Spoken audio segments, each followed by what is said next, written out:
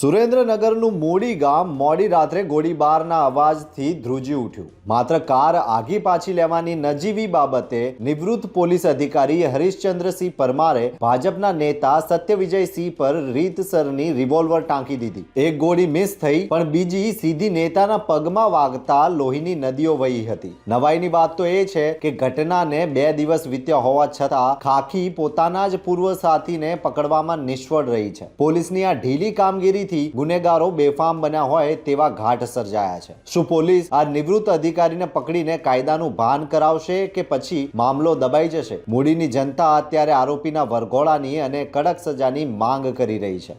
25 जनवरी 2026 को Moody police station के विस्तार में लगभग 7:15 बजे आरोपी हरिचंद्र सिंह जेठूबा परमार ने फरियादी सत्यविजय सिंह राजेंद्र सिंह परमार पे 2 गोलियां चलाई.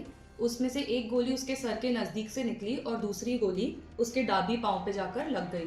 અત્યારે ફરિયાદી હોસ્પિટલમાં છે पर फरियादी की तबीयत स्टेबल है અને आरोपी को पकड़ने की तपास चालू है और आरोपी के अगेंस्ट फरियाद भी नोट कर ली गई थी मूडी पुलिस स्टेशन में 25 जनवरी को. પોલીસની છબી સુધારવી હોય તો આરોપીને તાત્કાલિક જેલ ભેગો કરવો જ પડશે. જોતા રહો ગુજરાત વંદન. ધન્યવાદ.